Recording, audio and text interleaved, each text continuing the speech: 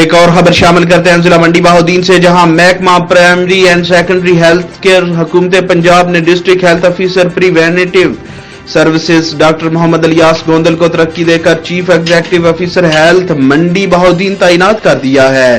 یاد رہے کہ سی ای او ہیلتھ ڈاکٹر محمد مفتی 20 اپریل 2020 کو 60 سال عمر پوری ہونے پر ریٹائر ہو گئے تھے۔ سی ای او ہیلتھ ڈاکٹر محمد الیاس گوندل نے ذمہ داریاں سنبھالنے کے بعد کام شروع کر دیا۔ ڈاکٹر محمد الیاس گوندل انتہائی محنتی، فرض شناس، ملازمین دوست ہونے پر محکمہ صحت میں مؤثر اور مثالی اقدامات سے مقبول ہیں۔ اسی طرح محکمہ صحت نے district health officer medical services doctor Ahmed کو ترقی دے کر district health officer preventive services Mandi Bahauddin تعینات کر دیا ہے۔